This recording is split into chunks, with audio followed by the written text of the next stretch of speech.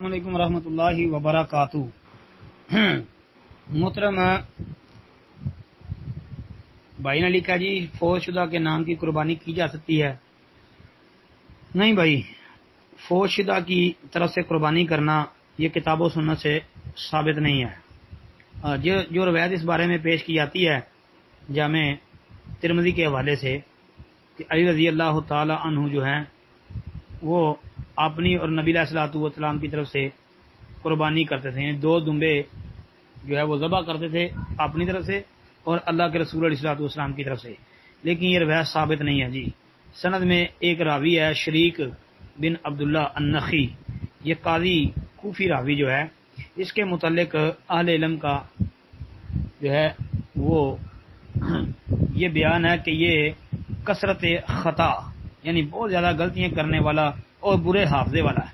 بعض نے اس کو ضعیف الحدیث قرار دیا ہے، بعض نے جو ہے اس کے حسن الحدیث ہونے کا بھی دعویٰ کیا ہے، لیکن یہ بھائی متکلم فی راوی، لیکن اس کے علاوہ اس سند میں ایک ہے ابو الحسنہ، یہ جو ہے نا ابو الحسنہ یہ مجہول ہے اور اس کی وجہ سے یہ روایت ضعیف ہے، اور امام ذہبی رحمۃ اللہ علیہ نے بھی اسی بنیاد پر کلام کیا ہے۔